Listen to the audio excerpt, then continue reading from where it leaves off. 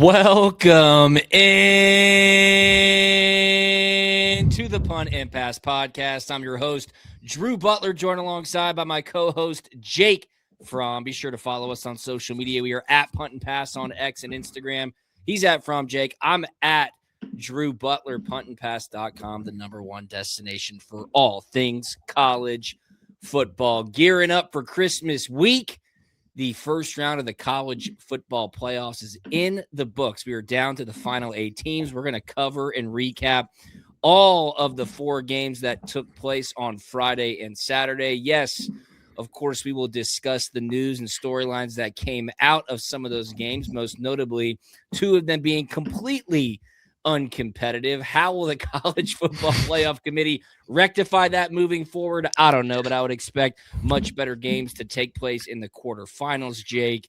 You know, this is an interesting week because Christmas is on Thursday, and I feel like maybe some people get some stuff done on the professional side of things on Monday, but then after Monday, I think people are mailing it in until at least January 5th. Jake, what's up, man? Yeah, absolutely. Yeah, I think Monday some things may happen, may go down in the real business world, but then after Monday, you can go ahead and just say, hey, it's not getting done until after the first.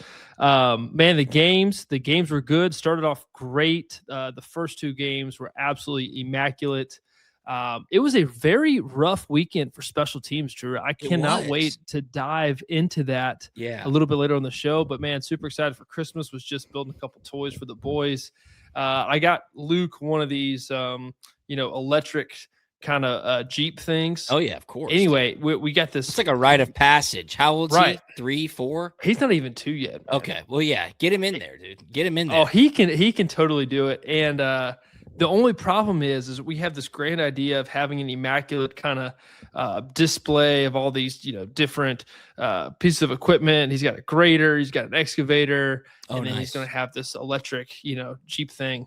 But the problem is I just tried to fit it through the door, and it's not budging. We got to come up with something. So I need some solutions. Hopefully we can figure it out before 7 a.m. tomorrow morning.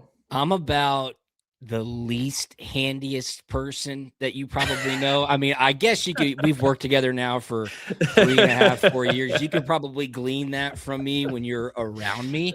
I'm good for about switching a light bulb, maybe hammering a nail into the wall, but Jake, the buck stops there. I mean, I'm not going to be getting many things done around the house.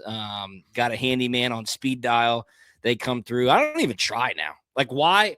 1, why stress myself out? 2, I get stressed. My wife gets mad at me. We get mad at each other. I don't want that to happen. But then 3, just screwing stuff up. Like, now you get into like breaking stuff around the house. It becomes more expensive. I don't know. Like, I blame my dad. He's not very handy either. My grandpa, JoJo, rest in peace. I mean, he was pretty handy as well, but I guess that gene just didn't make its way towards me. So in regard to the toy car, I'm not of help. I wish you the best, brother. Yeah, well, hey, we'll figure it out. I come from a family of builders and a bunch of men who just say, hey, I may not know how to do it, but I'm going to act like I do, and I'm going to figure it out along the way. That is my dad in a nutshell. He may not know how to do it, but he thinks he does, and he's going to figure it out along the way. So, yeah, we built the sauna here at the house. And did you really have a sauna at the house? Oh, yeah. And it's like – it can crank? Yeah, it's a Mac Daddy. Oh yeah, it's a legit like 6 NFL offensive lineman size. Come on, you built it? Oh yeah, order it. Like there's no kind of blueprint for it. I need figured it out. I'm in the market for one. Can I hire you and your family? Hey, I'm gonna send you a video after this, and you're gonna be like, wow, I thought it was gonna be decent, and then wow, okay, surprised. Yeah, you're gonna be surprised. I love saunas. I love steam rooms. I love like hot and cold therapy. So this is a serious conversation. We'll take it offline. I'm highly interested. You might have a new customer. I need a promo code too. You got to give me a promo code. Last thing on the presents, because it's that week of the year. Obviously, I live with 3 daughters. So like my house is just covered in pink plastic everywhere. It's Barbies, it's princesses, it's dolls. But, when you get like these doll houses or something that goes with the American Girl dolls or the Barbies, and you see these pictures and it's like these huge build outs, you're like, wow, okay. And then I'm pulling up a new book that I just got for Christmas. When the box for the big house looks about this big, it looks like it comes in like a laptop box. And you're going, wait a minute. This cannot be good. And you open it up and there's like 7,000 pieces. I'm like, oh my goodness. Speaking of this, new Matthew McConaughey book, Poems and Prayers. Yeah. This is a good one. This is a good one to keep on the office desk right there. Hey, we'll get to serious stuff real quick, but about the book, do you read that in McConaughey's voice? You know what? I've heard people tell me you need to get the audiobook because he obviously does the audiobook. So I've got Green Lights. That's a great book too. Poems and Prayers came out a little bit earlier this fall. So it's a good one to kind of go back and forth with Green Lights. But of course you do, because the way he writes is how he talks. So a great book. Put that on your Christmas list for sure. Hey, speaking of Christmas, this episode of Punt and Pass is presented to you by our awesome partners over at Solomon Brothers Jewelers. Time is running out, folks.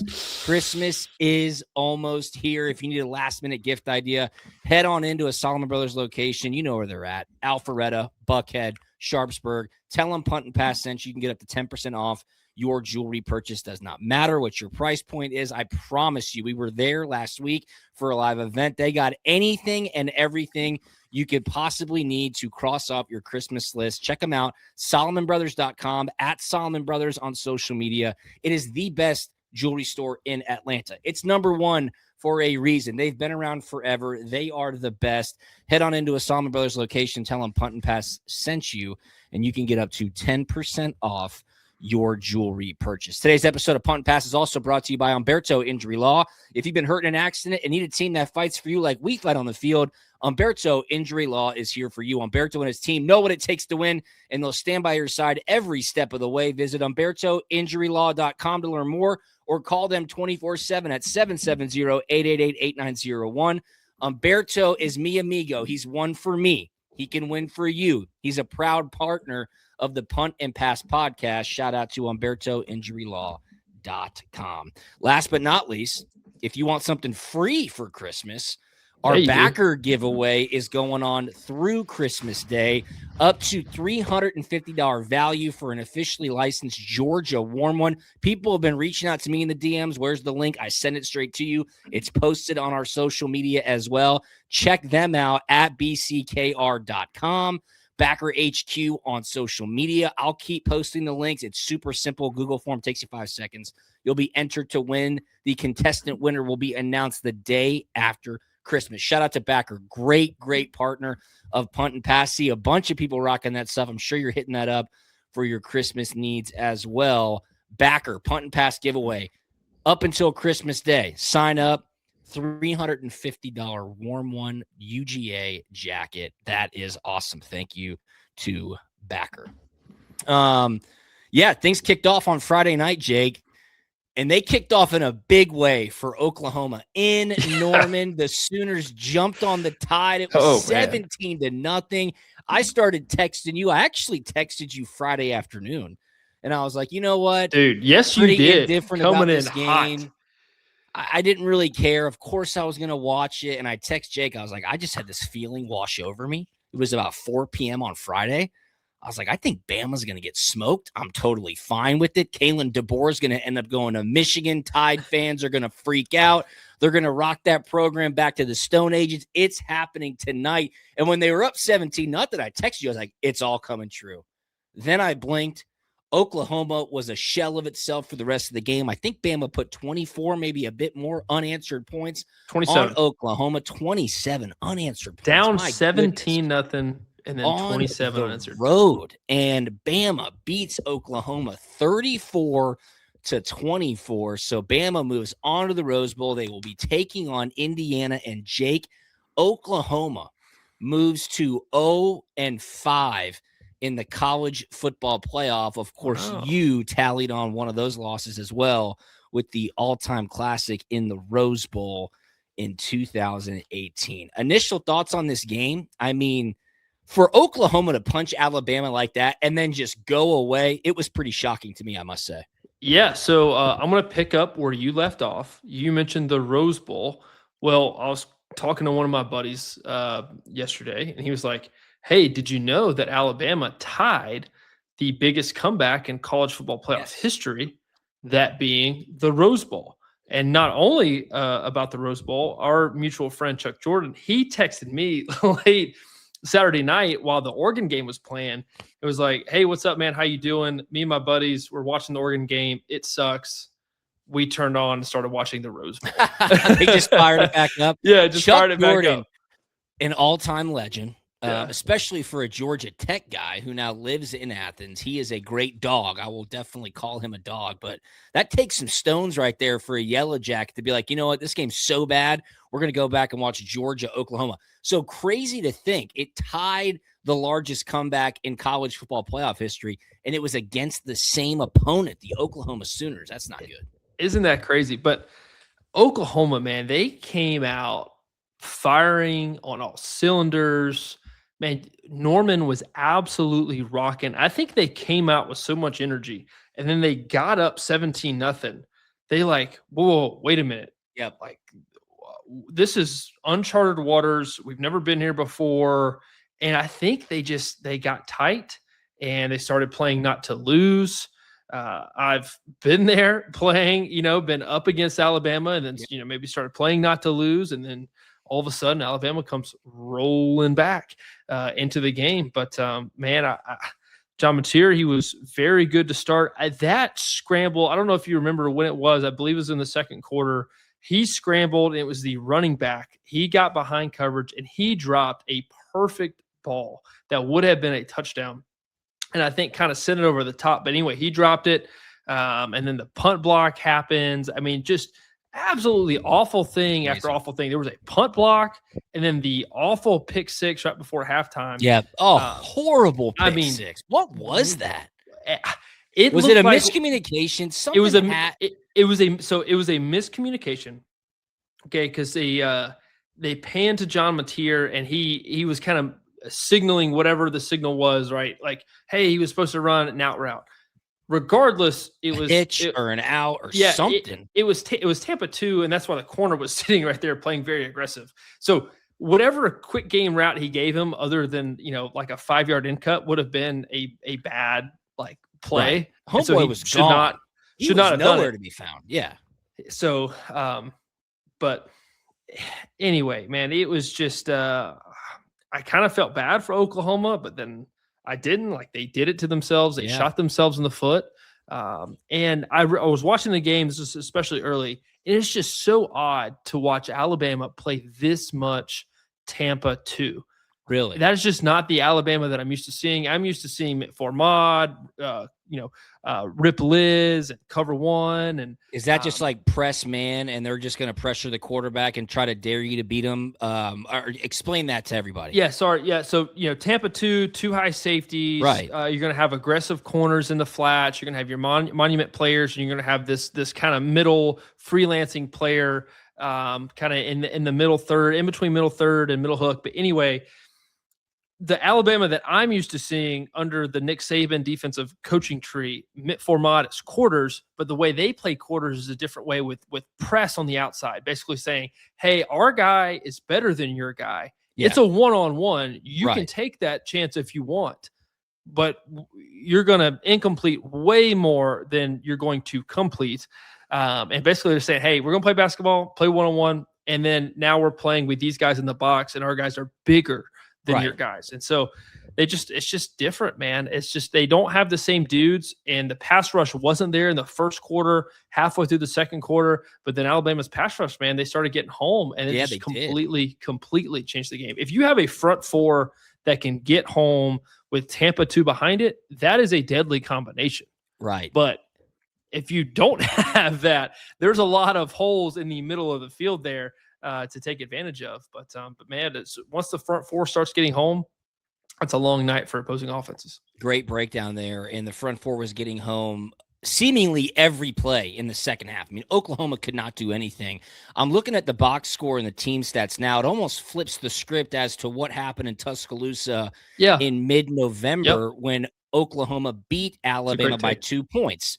Oklahoma had more first downs than Alabama. Oklahoma had 100+ more total yards than Alabama. You talk about Alabama looking different on defense. How about the fact that Alabama only had 28 total rushing yards? Now, that, of course, is after less than 22 because Ty Simpson took a couple stats. That obviously counts against you in college football. But even with that, it's just over, 50 yards? It's 50 yards exactly. But they broke off a big one. I remember kind of like when it mattered. It was like one big run. So you take that big run away, that was probably 25, 30 yards.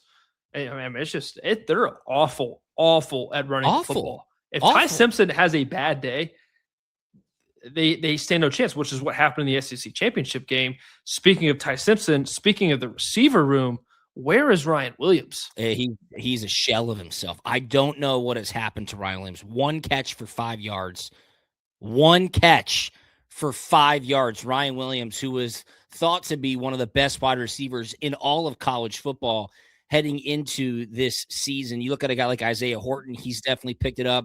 He had 5 catches for 65 yards. Jeremy Bernard had 3 catches for 40 yards. But, man, you're right. Ty Simpson was efficient, 18 to 29, 232, and 2 touchdowns. But they can't run the ball. And Daniel Hill, their third stringer, he obviously got the majority of the carries. He had 9 carries for 43 yards and a touchdown. Here's the thing about Alabama, though, and Oklahoma found out the wrong way, and Georgia fans are very familiar with it.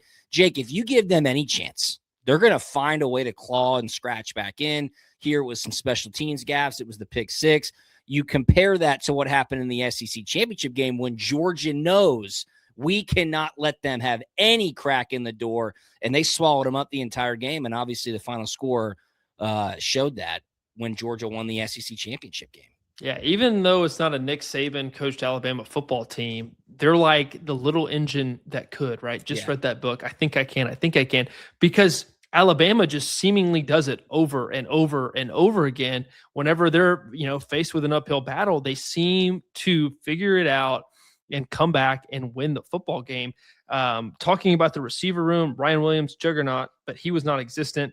Jeremy Bernard, now that guy is a dude. Isaiah Horton's a 6'4" guy. He just takes up so much space. But Lotzier Brooks, they were down to their 4th guy. And he was a freshman out of nowhere, but has a huge, huge game. And if he doesn't have the game he did, I don't think they win that football game. I know. And back to special teams, man, we're bouncing around all over the place.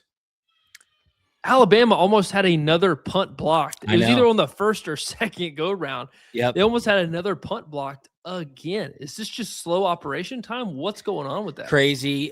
Taking a long time to get the punt off. Snaps are kind of inaccurate, which of course adds on. So you want to get a punt off in around 2 seconds snap to kick. Anything over that, especially with these new formations and how wide and spread out guys are, you can beat somebody and get into the backfield pretty quick, which is what happened in the SEC championship game when Georgia blocked that punt. So they need to tighten that up. And, speaking of tightening up, Tate Sandell, Lou Groza award winner, booty shorts kicker, he missed 2. A short one where Oklahoma just wanted to get 3 points on the board and then maybe try an onside kick. They had some timeouts left as well. He misses that. Then they get the ball back still, and he tries a longer kick, a 50-yarder, and he ends up just short. So he misses 2. I don't know if he's done, if he's heading to the NFL, but not the way you want to end your career or your season if that's the case for Tate Sandell. But look, 2 missed kicks, the pick 6.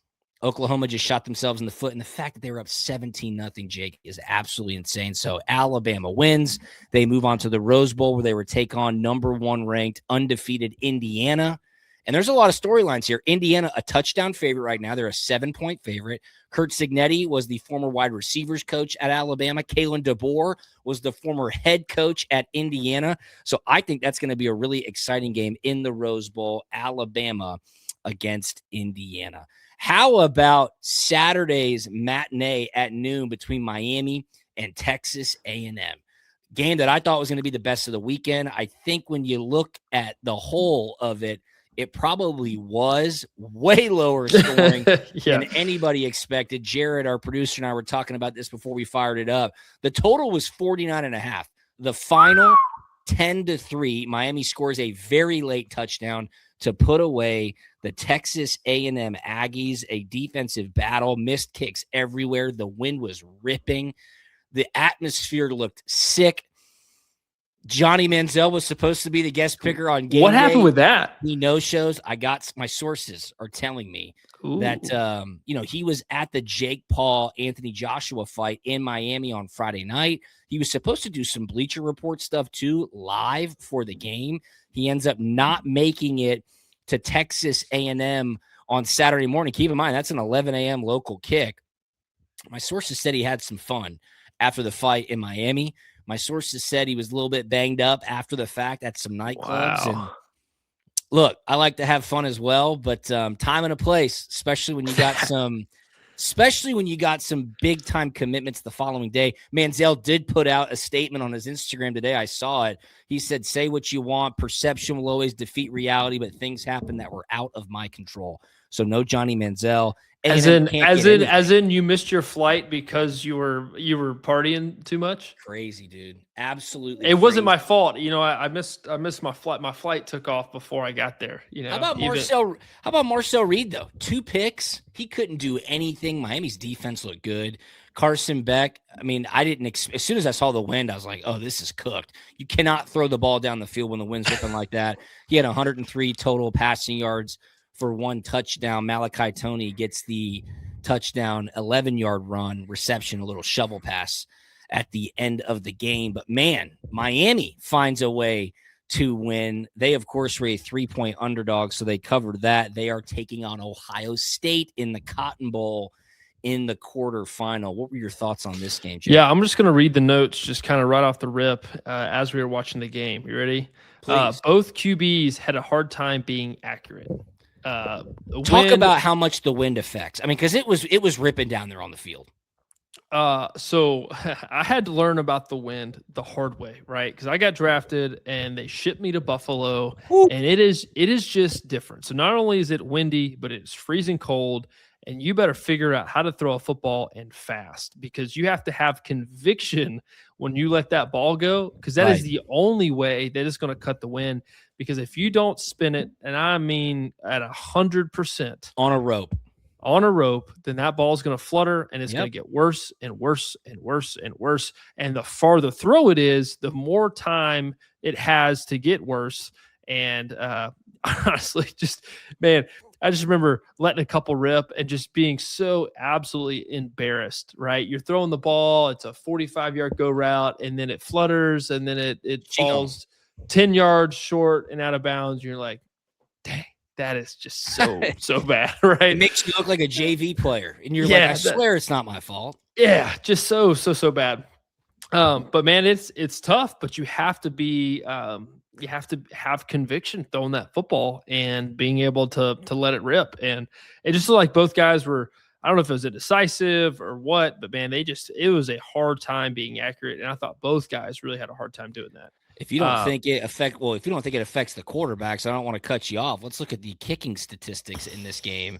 A&M, they missed a kick. Jared Zirkle, the former Georgia kicker, he missed one. Randy Bond gets back in. He makes one. And then Miami's kicker, Carter Davis, misses 3 field goals, and it still doesn't matter because Miami I think it was late in the game. It was a chip shot. He played the wind on it, and he was aiming at the upright, and the wind didn't take it. It was so crazy. It drills the upright. Yeah, absolutely. I felt insane. bad for him.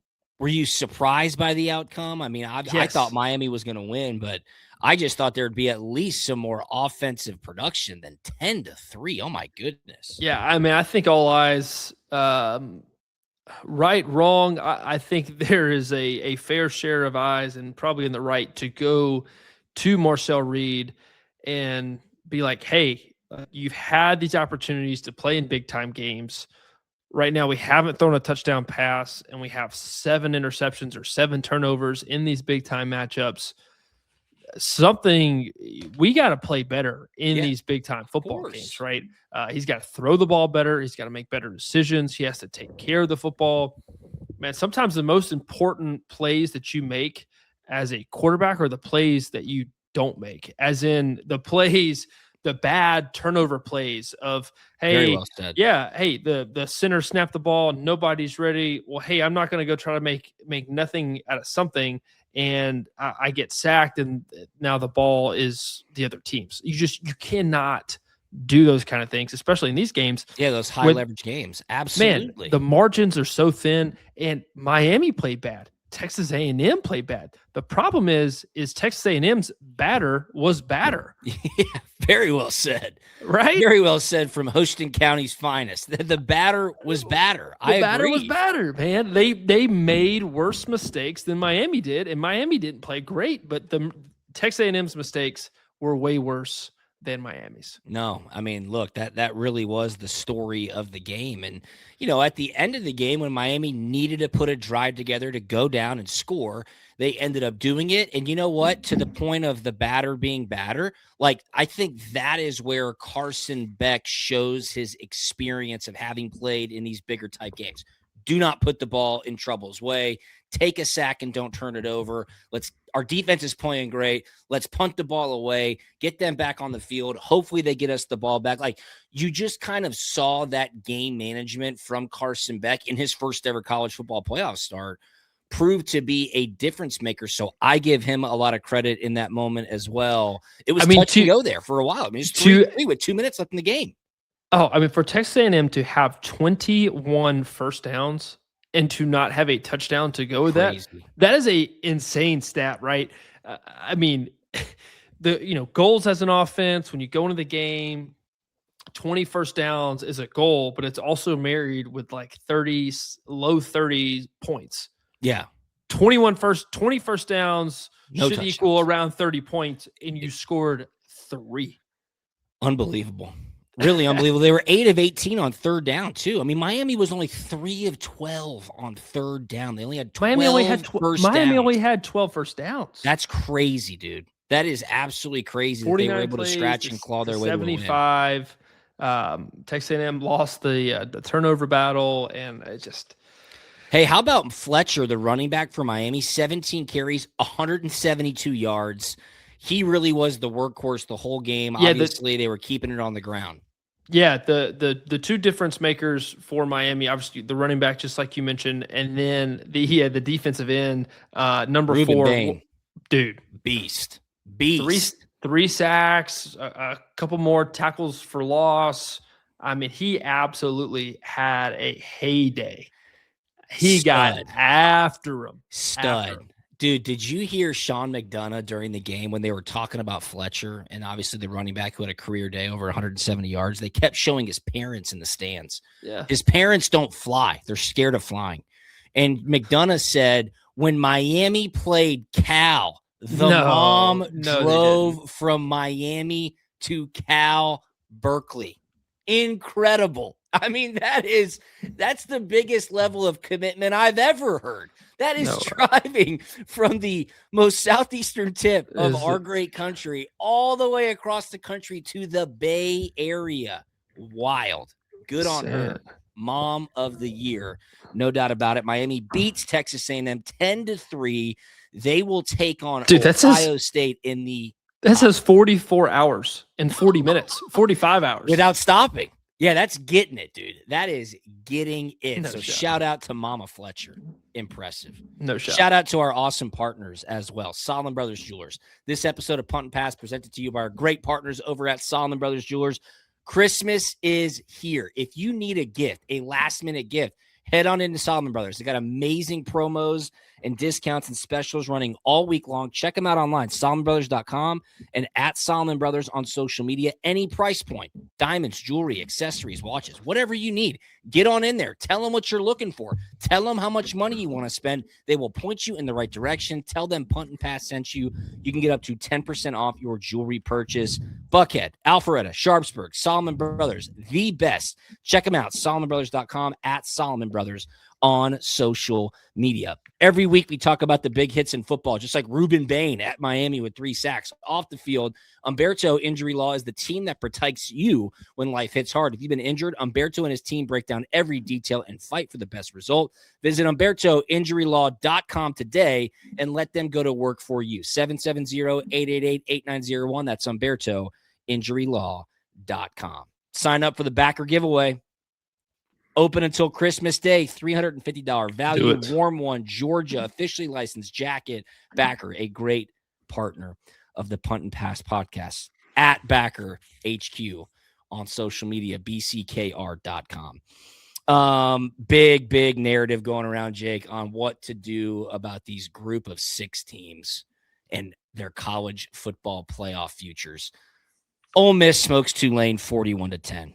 Oregon lays it on James Madison 51-34. All-time bad beat, backdoor cover. James Madison scores with that was a minute left. Whew, that cost a lot of people some money, no question about it. I expected more out of Tulane. I'll just go ahead and say that. Ole Miss jumped on them early. Bad. They picked off Jake Retzlaff early. Ole Miss, Kyron Lacey, Simmons got in there, but Trinidad Chambliss looked good. It was just no contest. It really was no contest. Don't even get me started on the Oregon-James Madison game, but these two teams took care of business. I thought Tulane was actually live to potentially keep it very close and maybe sneak out a victory just with all of the outside noise happening at Ole Miss, but that was not the case. Again, Ole Miss beats Tulane 41-10. So they'll be heading to the Sugar Bowl for a rematch against Georgia, and Oregon beats James Madison. They are headed to the Orange Bowl to play Texas Tech, which I think could be a phenomenal game in the quarterfinals. We'll just talk about these two kind of in unison, Jake. Yeah. But man, I think a lot of college football fans kind of were like, really? Is this really what we're getting in the first round? Texas, Vanderbilt, Notre Dame, all sitting at home, and you're like, these teams should have at least had the opportunity to continue their seasons and fight. Well, I guess this is going to start on a tangent, and you're going to be like, why are you starting here? But take me there. Yeah, I guess, the NFL, the college football was competing with the NFL because the NFL had games on Saturday as well. And so you have these two games kind of in the usual prime time slot, right, at 3:30 and then at 7:30. And yeah, man, it was just not a good day for college football. I don't know what the ratings were. I imagine they couldn't have been great. What are the odds Ole Miss gets not one but 2 rematches in their first 2 games in the college football playoff, right? We've seen the Tulane one before. I was just checking the score. You were talking. I'm like, you know what? What was the score of the first game? Oh, 45-10. What was the score of this game? 41-10. I mean, you got the same product. I know. So why do we have these? I think the committee did a good job by putting Miami in the playoff, right? Obviously, they beat Texas A&M. Yeah. They did a good job. They were going back and showing the clip of Texas A&M playing Notre Dame, and that egregious no call about the holding from I think at the left tackle. And if that play gets called a holding, that Notre Dame beats Texas A&M, that Notre Dame's in there. It didn't happen. Texas A&M should have won the game. They should have been there, but Miami's there. Miami wins. So it looks like the committee got it right. But man, Coach Saban, I think, said something about the Cinderellas not being there, or maybe that was Joel Klatt, and Nick Saban was talking about AAA teams. I just don't think AAA teams don't belong in the World Series or the playoffs, is what he said. And I thought he went way out on a limb to say that on College Game Day or the McAfee Show, whichever one he did. But it's so true. I think we said it on last Thursday's episode. Like, this is not March Madness. This is a totally different beast. When you look at, and this is not taking anything away from Tulane, not taking anything away from James Madison. They had incredible seasons. They took care of business with their respective schedules in their respective conferences. When you look at the talent and the depth of an Ole Miss or an Oregon, it's just not a fair fight. It's just not a fair fight. And okay, let's say Tulane were to have upset Ole Miss. Let's say James Madison were to have upset Oregon. You think they can go 2-3 more games and make it happen? I just don't. Here's what I do think could be a potentially good answer. Our buddy Rusty Manziel tweeted that out over the weekend. He's like, make an 18 playoff for the group of 6 teams. Have there be a cash prize at the end of it. You would still have great games. We would all watch it and crown them as the champion of whatever you want to call it. Put a nice little cash purse in there so that these guys are incentivized to go out there and play. Make it worth something. I think that's the answer, because I said the teams, Texas, Vanderbilt, Notre Dame, I'll throw BYU in there. I'll throw Utah in there. We just need better games more competitive games. And I'm the one who even told you last year in the first round with blue chip teams, there were blowouts across the board. I don't know, man. We got to figure this out. But I just want the best 12 teams in there. I don't care where they come from. I just want the best 12 teams. And I'm going to kind of two-part it here because I believe it was Joel Klatt who said this, and I'm kind of quoting, but like that have earned the right to be there, because he was kind of going on with the Cinderella spill of, hey, I'm going to kind of walk back what I said, but here's kind of what I meant. There's no way to justify them earning that right to be there. Like JMU, they played Louisville, who was like a top 50 maybe ranked team. And there's no way to kind of justify putting them in there when they haven't played the kind of talent and caliber, right? The gauntlet that Alabama went through this year, right? Look at Georgia's schedule this year, what Vandy had to go through, what Texas had to go through. And so there's no way to get a good feel about where these teams stack up and where they're at in their programs because they aren't going through the same gauntlet that everybody else is going through. No, I totally agree. Did anything jump out at you in the Oregon game? I mean, it was over at the beginning. That Dante Moore was spinning it. 34-6. Dante Moore, he did throw 2 picks, but he had 4 passing touchdowns, 313 passing yards. That first touchdown that the tight end just absolutely snagged with one hand. That was pretty filthy. But man, like Oregon can score, man. They were very, very explosive on offense, but defensively, JMU was moving the ball. They didn't score touchdowns in the first half. They could have, and they should have, but they put up 500 yards of total offense, throughout that football game. So I think, and again, man, I gotta get better at quoting the actual person who said this, but there was a defensive player for Oregon that said, man, they got it in the locker room and it felt like they lost. Yeah. Because they gave up. Giving up those late touchdowns. Right, against them. So, and I think he went on to say, like, if we play like that against Texas Tech, we'll get smoked. Like he was very blunt about it, which I really do appreciate. Going back to the Ole Miss game, I mean, dude, they were up 41-3 with 11 minutes left in the game. Yeah. I mean, come on. Tulane did not play well. Ole Miss did exactly what they needed to do. It was a no contest. Oregon, that game was over in the first quarter. It just was. It was definitely over at halftime. Again, I think the score at half was 34-6.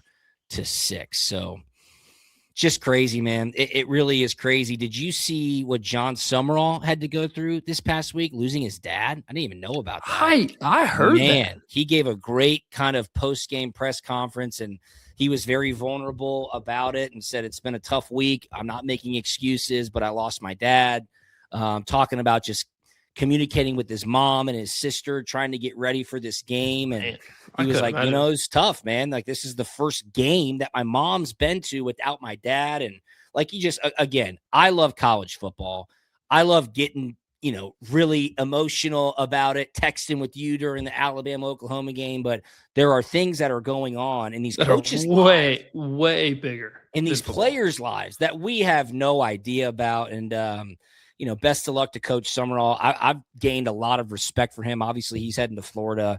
I think he's going to have a pretty good opportunity to turn things around down there in the swamp. So, it's kind of crazy because you watch James Madison and Tulane, and they're in the playoff, and Summerall did such a great job with Tulane, and Chesney did such a great job with James Madison. They lose these games, and they're like, all right, guys, thanks.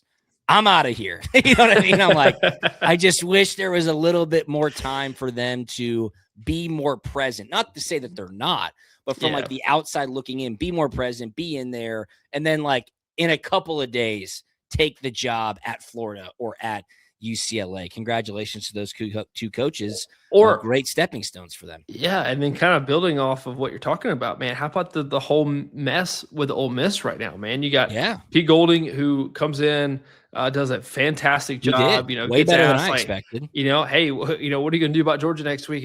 Man, I don't even really know. First time doing this. Hey, I'm enjoying this. Hey, we won. This is a big deal. We'll figure it out when we get there. But I thought it was very notable in his post-game presser, and he was praising Charlie Weiss Jr. a ton. And I was like, hey, all he heard was Lane Kiffin's offense. Lane Kiffin, this is subtly dissing Kiffin and giving a ton of praise to Charlie Weiss Jr., who's going to still go coach at LSU, which is crazy. But Ole Miss, I think, man, if Charlie Weiss Jr. is focused and locked in for these playoffs, especially with Georgia coming up, if he kind of puts all his chips on the table, man, Ole Miss is a dangerous, electric football team. Yeah, they really are. So what happens with like Charlie Weiss, my former teammate Joe Cox, some of the other offensive staffers that have already taken these jobs with LSU, they're back at Ole Miss coaching during the playoffs? Like, what is their next 10 days like? Are they in Oxford for all 10 days? Are they at home at Christmas with their family, just kind of chilling? What are they doing? That is a fascinating dynamic, because are they recruiting for LSU? Are they in contact with Lane Kiffin? I mean, they're coaching Ole Miss, and they're coaches at a different school.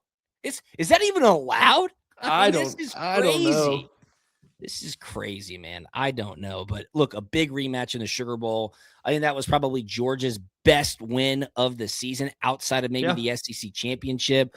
Ole Miss, hot start. Georgia shows up in the second half, really squeezes out the Rebels in the fourth quarter, and they're able to put a big-time win that really kind of changed the trajectory of Georgia's season. I think that's when the defense, I think you said it after that game, like, this defense knows who they are now, and they took a completely different mindset into the latter half of the schedule after that big Ole Miss win. So Oregon taking on Texas Tech in the Orange Bowl. That's the noon kick on New Year's Day.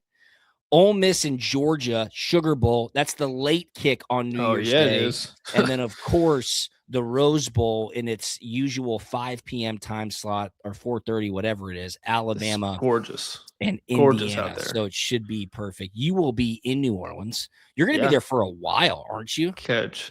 I'm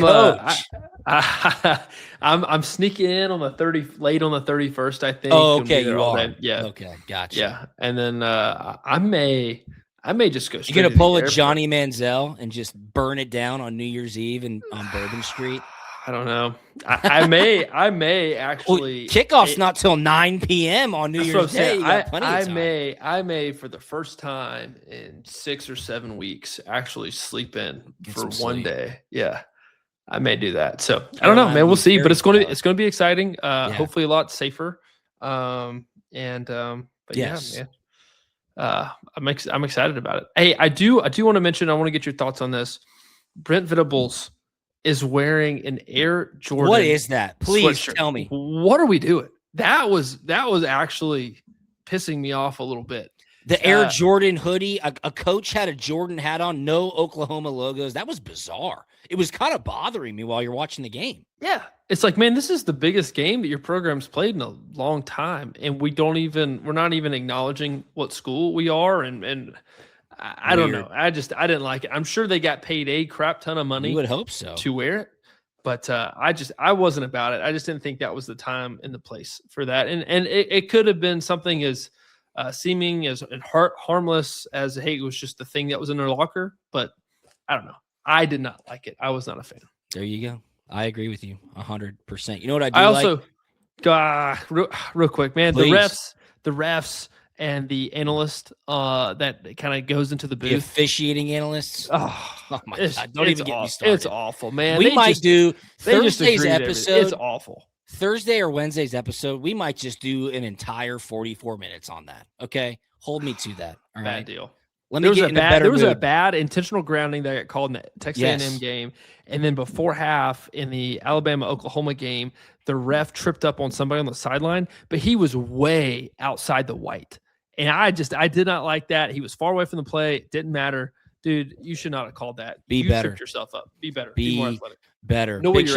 Big shout out to our partners, Solomon Brothers. Check them out. It's Christmas time. Get into one of their stores. Tell them Punt and Pass sent you. You can get up to 10% off your jewelry purchase. Buckhead, Alpharetta, Sharpsburg, SolomonBrothers.com. Remember, Umberto Injury Law is your first call when accidents happen. Don't wait. Visit UmbertoInjuryLaw.com today. Umberto Injury Law, protecting people, fighting for justice, winning results. That's UmbertoInjuryLaw.com. Follow us at Drew Butler, at Fromm Jake, at Punt and Pass. Shout out to Backer as well. It's Christmas week. Let's get rolling, Jake. Anything on the way out? Yeah, Merry Christmas, man. Let's have some fun. Tuesday's episode is going to be awesome. Let's do it. Have a great week, everybody. Merry Christmas, and we will talk to you on Thursday. See ya. We out.